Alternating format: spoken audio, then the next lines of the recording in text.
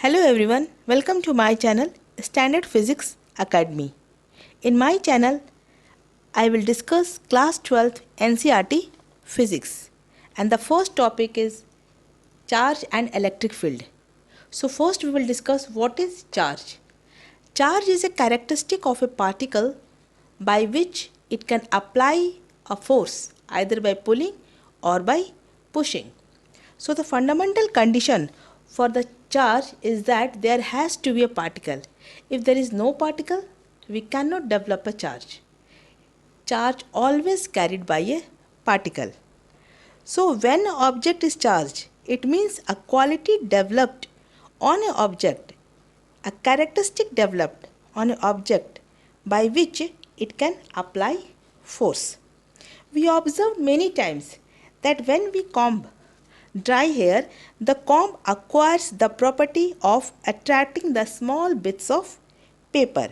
Similarly, when glass rod acquires the attractive property on being rubbed with silk.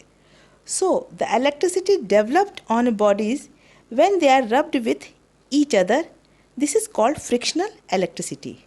It is also called static electricity, as the charges developed on a body cannot flow from one point to another. And the second is kinds of charges. There are two kinds of charges, positive and negative.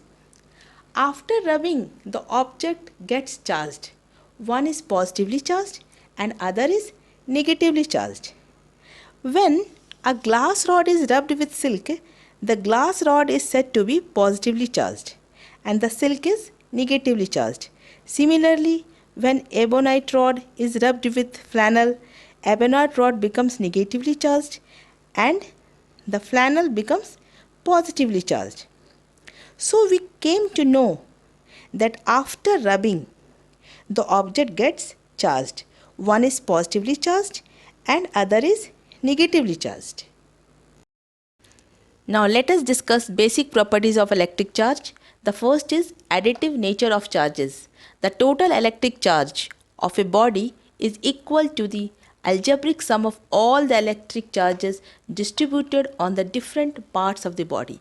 For example, if a system contains n charges Q1, Q2, Q3 up to Qn, then the total charge of the system is Q1 plus Q2 plus Q3 up to Qn.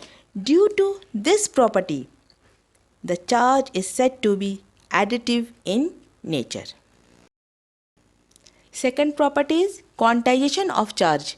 Charge on a body or a particle is always an integral multiple of a smallest unit of charge, which is in magnitude is equal to charge on an electron or a proton.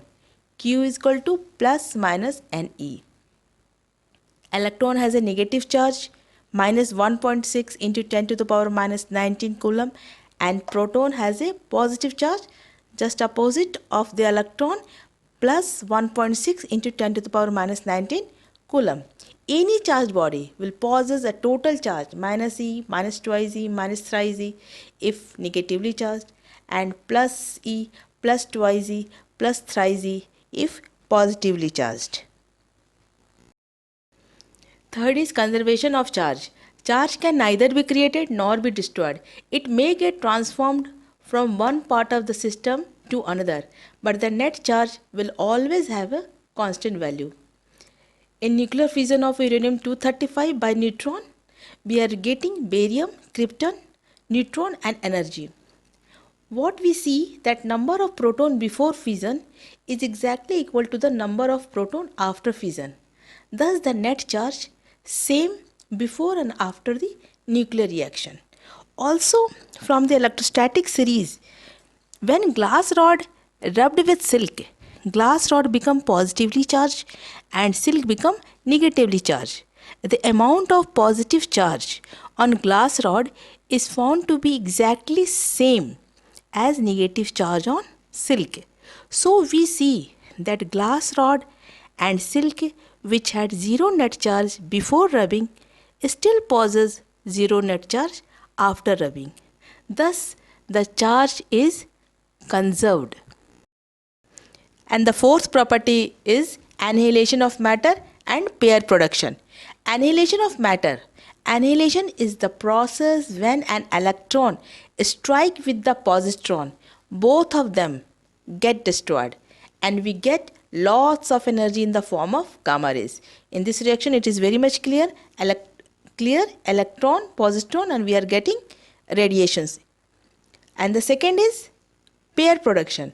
When these radiations in the form of gamma rays strikes a heavy metal, it is absorbed and a pair of electron and positron created. It is clear from this reaction. So we see that charges are conserved in both the process.